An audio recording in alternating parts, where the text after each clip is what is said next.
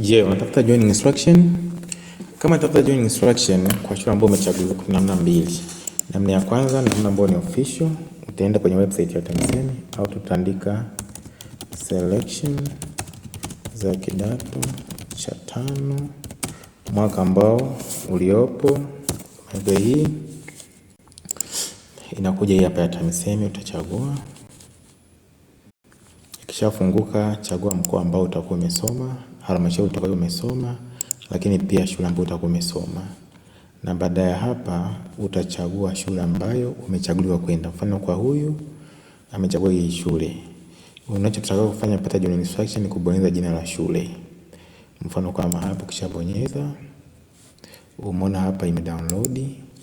Nikifungua nina hii joining instruction tayari, ambapo nimepata pia namba za shule husika, lakini pia taarifa zote ambazo zinahitajika, form nini na kadhalika, na vitu vyote vinavyohitajika. Hii ni njia ya kwanza. Njia ya pili, kwa wale ambao wanatafuta labda namba tu ya mkuu ya nani, unaweza ukatembelea website inaitwa Shule Yetu. Tukasearch hata hiyo neno Shule Yetu, itakuja hii hapa. Imeandikwa shuleyetu.co.tz. Kisha ifua hii,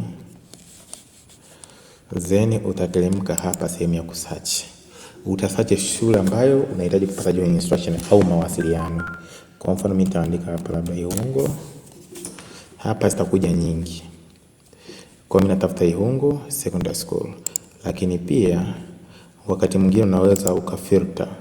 Unataka shule ipi labda tu za sekondari level na level. Zitakuja ni hii Ihungo Secondary School. Then utaibonyeza. Ukishaibonyeza itakuja taarifa zake.